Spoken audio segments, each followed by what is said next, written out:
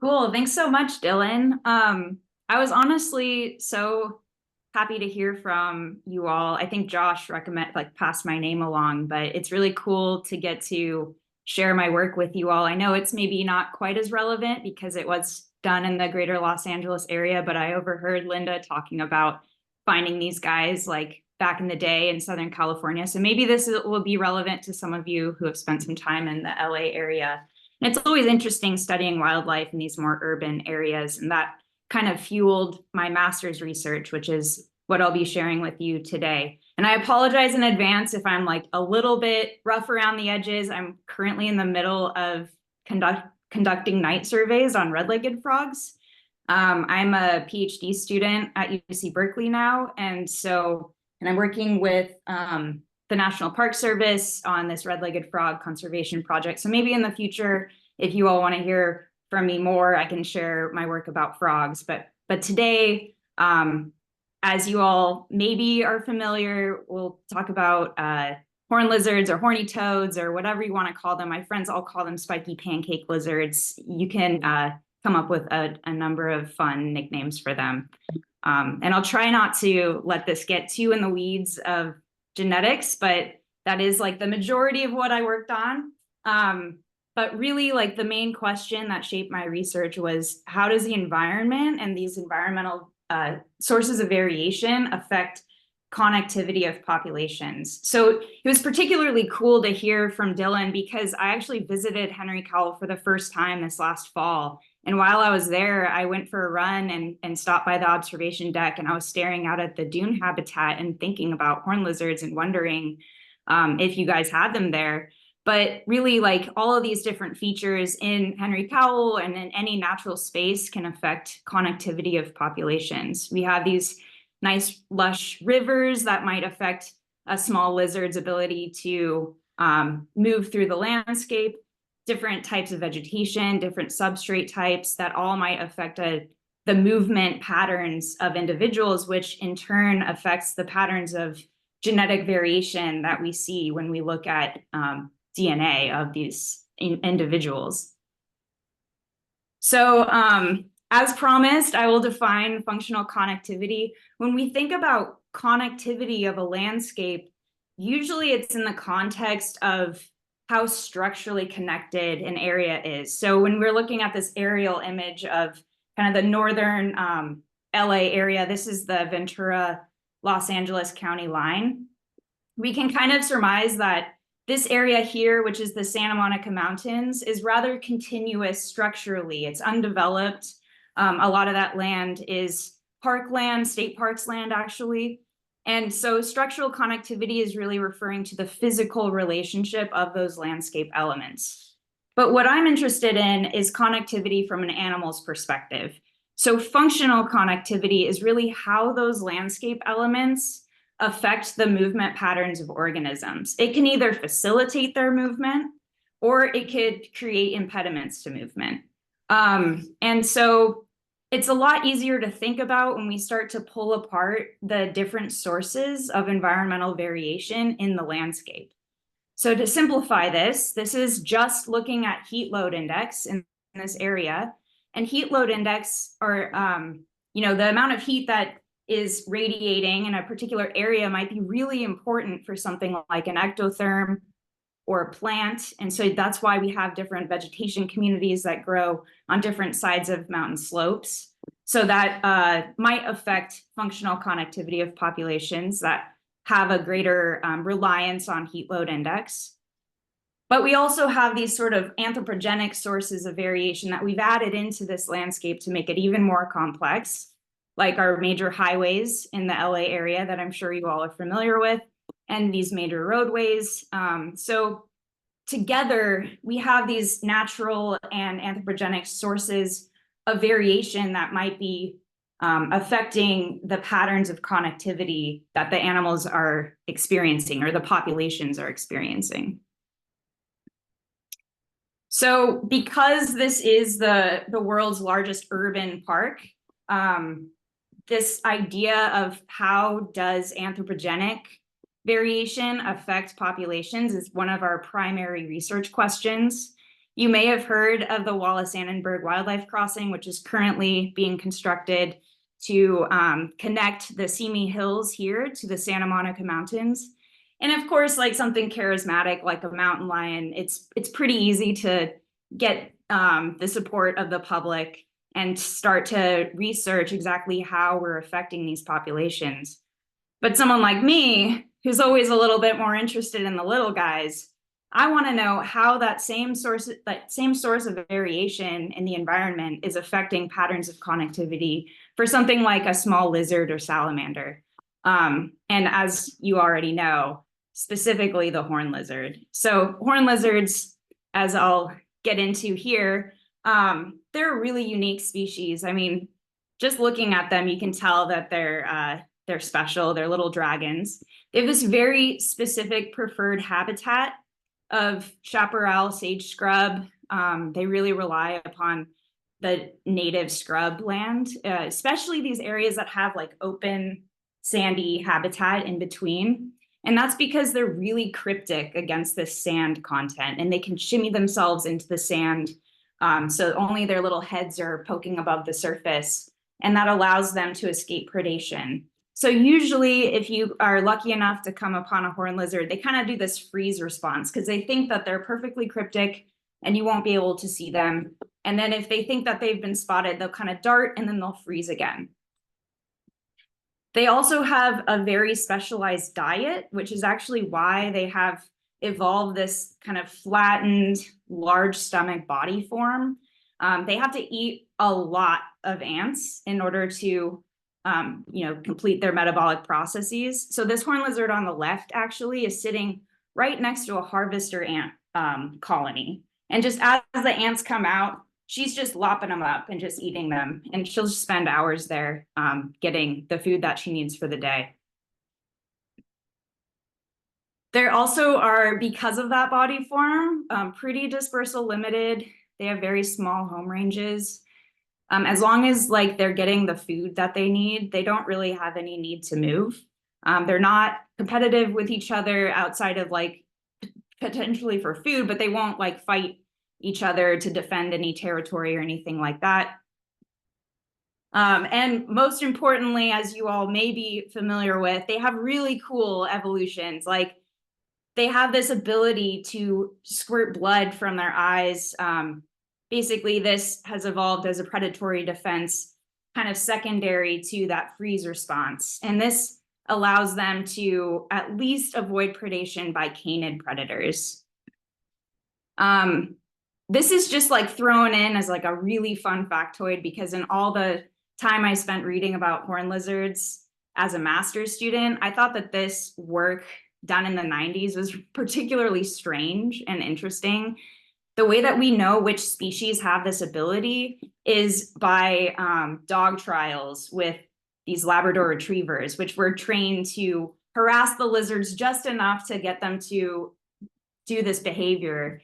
And then the lizards were picked up and put in a bag and the blood was collected. And before they started doing those studies, they didn't even know which species had this ability.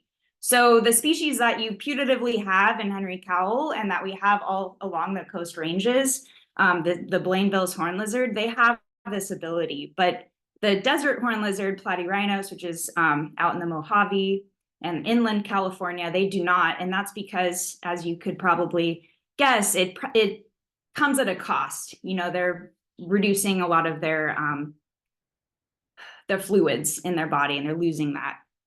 So it's only documented in some species of horned lizards, but it really adds to, from my perspective, why we should really care about this species and their conservation, because they have just evolved some of the coolest adaptations.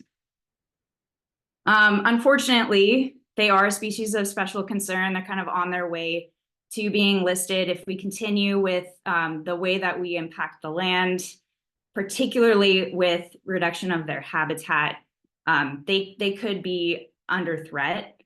The other problem with horned lizards is because of that tendency to remain really still whenever they're threatened, it just allows them to get easily crushed by mountain bikes and off-road vehicles. So protecting that habitat and kind of restricting it to hikers and like low impact sorts of sports is like really imperative for their, persistence. They're also potentially affected by habitat fragmentation, invasive species, which I'll talk about a little bit later, that specifically the introduction of the Argentine ant, which outcompetes with their primary prey source, the harvester ant, is definitely having some effect on this species. And then interestingly enough, at the turn of the century, over 100,000 were collected and varnished and sold to people who would come into Pasadena for the Rose Parade. And that's when that started. And this was just a popular souvenir. And so just really heavy over collecting and a lot of other impacts on this species has made them a species worth researching and learning a little bit more about. So it was actually kind of perfect for me, who was starting my career, very interested in conservation, always loved horned lizards and wanted to learn more about them, to enter and start to look at exactly what was going on in the LA area with this species. So as I mentioned, most of my work is using genetics. It's really just a useful tool to study a species, especially a species like horned lizards, where you don't actually see that many of them, but their DNA can kind of tell a lot about a population. So with just a few individuals, you can kind of get an idea of what's going on at a broader level. And I really like genetics for that reason. So what's been done is back in 2009, they did this range-wide phylogeny looking at exactly like how genetically distinct these individuals were throughout the range. And they actually split this one species known as coronatum into 3 species. And the one that I'm talking about tonight is called Blainvillei, the Blainville's horned lizard, and it encompasses these 3 clades here, the blue, green, and yellow. And specifically, this is the LA area. I'm going to zoom in here so you can see better. This is the boundary between 2 evolutionary clades. So all the same species, but they're still genetically distinct. So it's kind of like looking at things at different scales. You zoom in and you see like differences, but if you zoom out, they might look more the same. So this is really interesting because the boundary between these 2 evolutionary clades is just completely barren. This is where, it's a metropolis. But horned lizards do occur in these remnant habitat fragments. And so it was kind of a perfect opportunity for a master's student like me to come in and figure out exactly what's going on at an evolutionary scale and determine how that might affect conservation of this species in this area. Because, I guess I'll get into that a little bit later with my hypotheses. So my primary objectives for my master's work was to look at population genetic structure of Blainville's horned lizards in the LA region, kind of at 2 different scales, at that broad evolutionary scale, but also within the context of habitat fragmentation. So areas that are like really small. If you've been here, maybe you visited Griffith Park. It's a very small piece of parkland, completely surrounded by development with horned lizards in it. So how exactly is that habitat fragmentation affecting that population? And then my second objective was going back to those natural and anthropogenic landscape variables, determine how those might affect functional connectivity, like how individuals are able to move through the landscape. So for my first objective, as I said, I kind of split this into 2 scales. So these are just like pretend sample points. If I were to collect horned lizards all throughout this area, as you can see, they only really occur in the undeveloped land. All of the gray areas are just heavily cemented over development. If I were to collect these lizards at a broad scale, if there's no introgression, no mixing between the 2 evolutionary lineages, I might get a pattern like this, where I have the blue northern lineage, the green southern lineage, and there's some sort of hard break somewhere in my sampling. And this might be because there was some historical barrier or because there's some difference between these two lineages that prevents any mixing between them. It could be like a reproductive isolation. If there is introgression or mixing between the two evolutionary lineages, you would see some individuals here in the middle of my sampling area that have both the northern and southern lineages showing up in their DNA. And this would kind of give more of like a gradient effect. So at that finer scale, if there is an effect of habitat fragmentation, I would expect that all of the lizards separated by these major barriers, such as the US 101 running here, would be really different across that barrier. And so this is just zooming in even farther, and I'll talk about the methods to do that. For my second objective, I worked with Dr. Melanie Murphy at University of Wyoming to hypothesize about the landscape factors that affect functional connectivity. So in order to do this, we kind of split it into two big questions. We had, what are the factors that impede movement between the sites? So what are the things that are actually stopping or helping a horned lizard functionally move? And so that might look like, so these are all places where I actually collected horned lizards.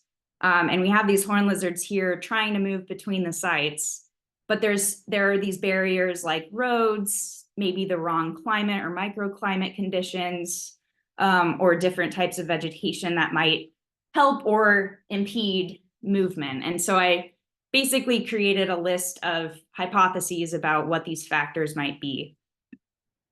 The second question was, what are the factors that increase productivity of horned lizards within their preferred habitat? And productivity is really referring to reproduction. So brainstorming about that, I spent a day and a half just thinking about what are the conditions that make good horned lizard habitat good horned lizard habitat. And that included a bunch of things like that preferred soil, that native vegetation, the stuff that I talked about earlier when I was describing their ecology. So here we have a bunch of horned lizards in this habitat. And when you have greater amounts of reproduction, inherently that means we have greater migrants and just more connectivity. So that's why when we think about functional connectivity, it's kind of not just the conditions that help them move between habitat, it's also the conditions that are helping create migrants. And I won't spend too long on the coding and the nitty-gritty of the models, but basically this is what that looked like. I had these at-site factors that affect reproduction, and I have these between-site factors that affect movement. And I put them together in a set of models, and I competed them against one another. And at the end, I figured out which of these variables were important for horned lizards. And I'll talk about the significant ones in the results. So this was the fun part. I got to get out in the field and collect horned lizards from throughout the area. I worked with the Natural History Museum and USGS and NPS and had a really great set of collaborators. And together we collected 144 samples. And I did this sort of, it's called RADseq, which just creates a bunch of genetic markers, over 9,000 genetic markers that I could use to plug into those models and figure out exactly what was the most likely answer for my questions. So for the first set of questions with the population genetics, I use Bayesian clustering, which, to put simply, it's like me handing you a bag of marbles like this and saying, split these into two piles. You're not going to have like exactly uniform marbles in each pile, but you're going to find some characteristic about each of them, like these are the cloudy marbles and these are the clear marbles, and they might be different colors within each pile. And then I just ask you to do that 1,000 times. And at some point, some number of those iterations is going to have a more likely probability than the other answers, the way that you sorted them. And that's essentially how we do this genetic structure analysis, except I'll ask the program, split these samples into 2 piles, split these samples into 3 piles, all the way up to 10 piles, and then figure out which of those numbers makes the most sense. And it'll make more sense when I show the maps, but that's essentially Bayesian clustering. For my second objective, working with Melanie, we threw all those variables into what are called gravity models. And again, I won't bore you with the nitty-gritty details, but basically, we're looking at the correlation between the genetic distance of those samples and all of those landscape variables that I listed, as well as geographic distance, because animals that are far apart on the landscape are going to be more distantly related just because of spatial dependence.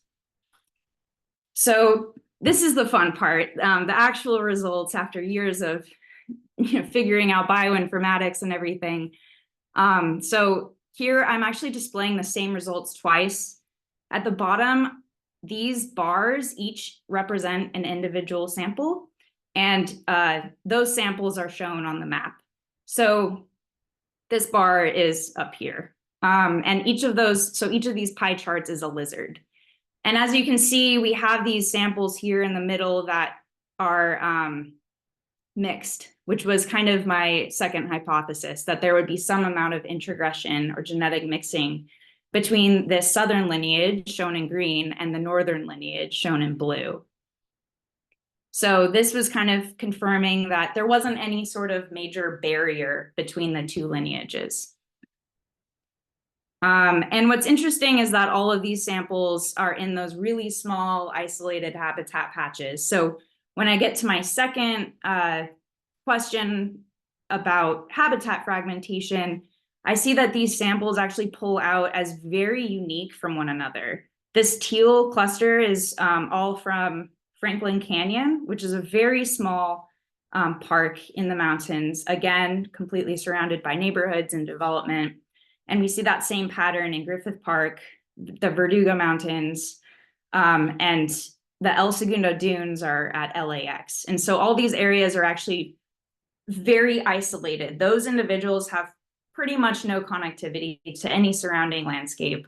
And it makes sense that we're seeing this like very strong signal of population structure. So those individuals are very unique from any of the other ones collected in the study. Conversely, despite all of these barriers and this western end of the study, these individuals are pretty panmictic, which means that they're genetically mixed. And that's also kind of interesting because it just shows that those barriers aren't really having a signature in the DNA. And I'll talk about that in the discussion a little bit. So pointing out like these are our super intensely fragmented areas that are all pulling out as very unique. And again, these are our samples that are, it looks like just based off of the data that these individuals are capable of moving despite these barriers, which likely isn't the case, but I'll talk about that.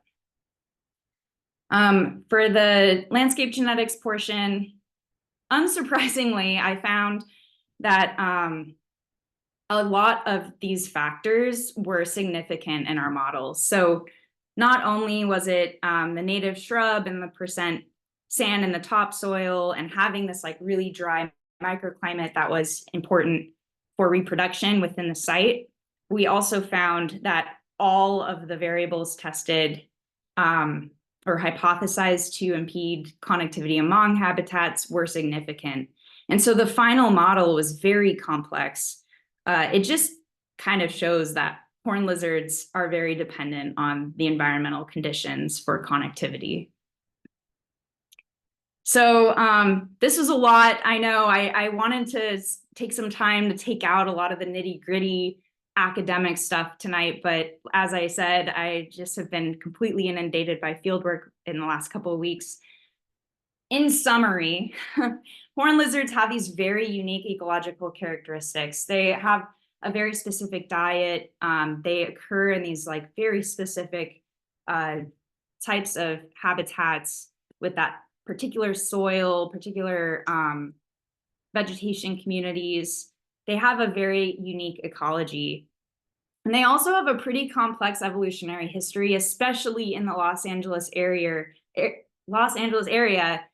in between these two evolutionary clades. So when you start to look at genetics with this combination, in addition to a bunch of disturbance, like construction of roadways, fires, all of these different anthropogenic sources, it means that we're going to have some really interesting patterns of functional connectivity. And this really just helped shape the way that I look at both the landscape, but also just patterns of distribution of animals. It's not just the landscape itself, but it's the way that something like a lizard is able to work its way through all of those different variables that we might not even be able to see. Okay, so now I'll walk through my management recommendations from this work. I don't know what that was. The contrasting pattern of population genetic structure, that pattern of having like really intense structure in the habitat fragments and pretty much no genetic structure despite the presence of barriers in the western end. I'll spend some time talking about responses to fire, which is really interesting in horned lizards, especially given the fact that you guys have these prescribed burns. Might be relevant to you guys and your horned lizards.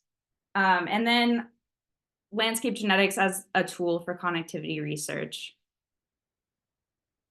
So fortunately, this might just be like an effect of my sampling, but many of the horned lizard occurrences are in protected parkland, and I was able to pull a lot of the INAT records, working with Greg Pauly at the Natural History Museum, and most of the horned lizards are occurring in areas that are already protected, which is really nice, just knowing in perpetuity that they're going to be like, we're going to be protecting that area where they're living. But just knowing a little bit more about how complex that pattern of functional connectivity is and how complex the model was, the sorts of landscape variable conditions that they need in order to move and reproduce, means that the larger habitat areas that we protect, the better for this species. They're going to do better in these core areas. So this is Mugu State Park, Topanga State Park, these really big protected swaths of land. I promised I would talk about ants. So there's this running hypothesis that I wasn't able to test directly, but my work certainly supports it. This hypothesis that horned lizards are really just, their patterns of movement and persistence is really just dependent on harvester ants. Because they're diet specialists and the majority of their diet are these ants, their preferred conditions are really strongly correlated to their prey source. But because we have the Argentine ant invasion happening, where these Argentine ants are able to survive really well in our like gardens because we're constantly watering and they need that water in order to survive. But in this natural habitat, which is very arid, they aren't able to survive. We can mitigate the Argentine ant invasion just by planting more natural vegetation in our yards and helping mitigate the Argentine ants from taking over the native harvester ants, which you can see here, despite the difference in size, they're able to outcompete harvester ants. And they've done trials and studies looking at whether or not horned lizards will eat Argentine ants instead, and they will just basically starve. So it's really important to protect their prey in order to protect horned lizards. And I have to admit, one of the best tricks for finding horned lizards was just finding these ants. And then I would just like scan the area around harvester ant hills, and eventually I'd find a horned lizard. So I think that there is something to this hypothesis, and it would be interesting to actually look at distributions of harvester ants and figure out like how we can protect those harvester ant communities and therefore like thereby protect the horned lizards.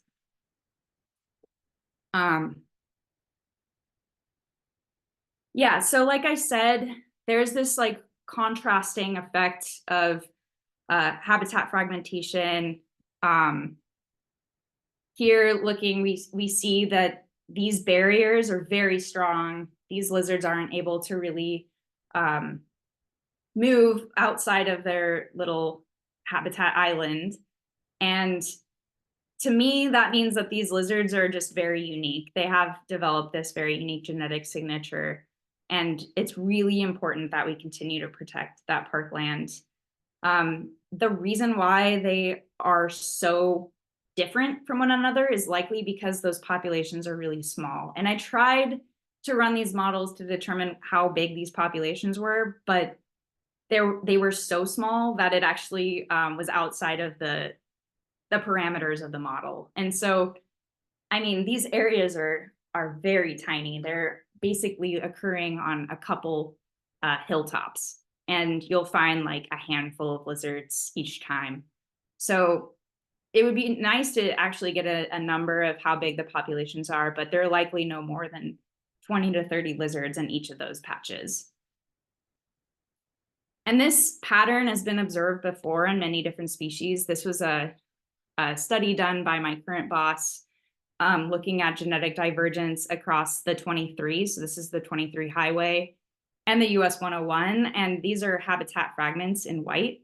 And she found this very strong effect of this freeway on genetic divergence among these patches for 3 lizards and a bird. So it happens very quickly in terms of how quickly we're developing the landscape and the effect it's having on the genetic signature that we observe in populations. So yeah, it just goes to show how urbanization can affect populations on a very short time scale. That contrasting pattern, though, I thought was very interesting. I really wasn't expecting to find this, but it's likely just due to the fact that those populations are likely much larger. Those plots of land, as I said earlier, are very large, protected state parks. And so there's going to be like a very long lag time in order to start to see any signature of a barrier like the 101, because those populations are significantly larger than the ones in those eastern habitat fragments. I do think that it's important to continue monitoring all horned lizards.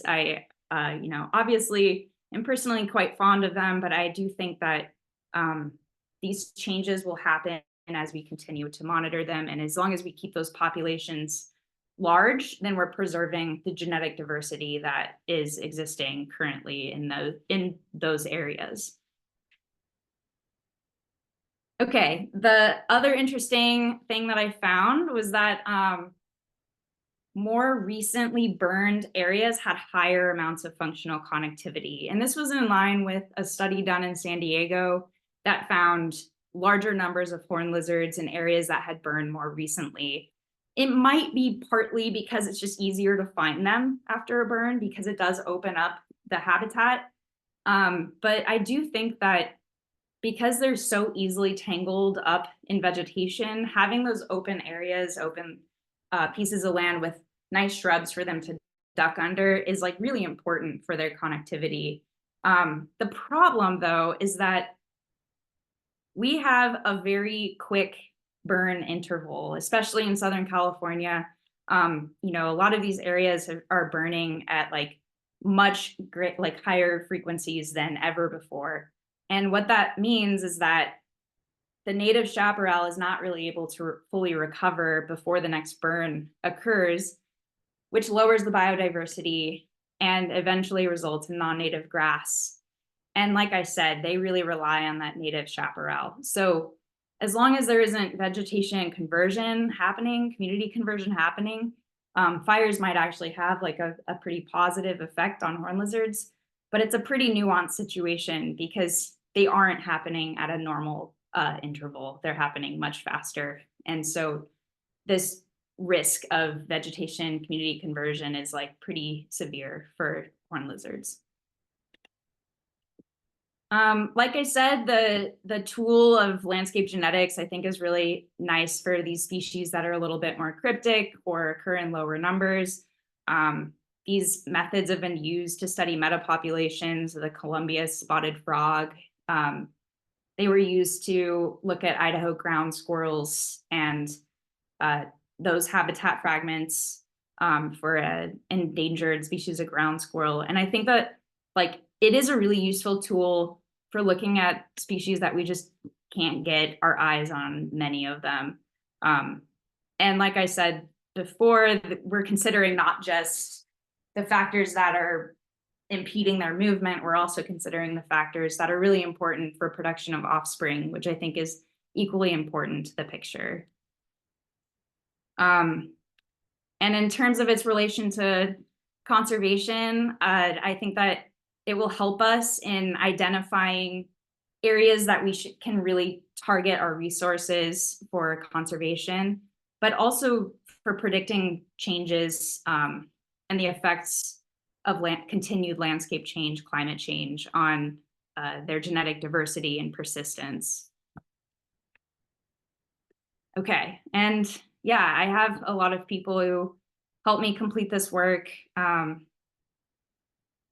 And I, yeah, once again, want to thank you all for letting me present to you.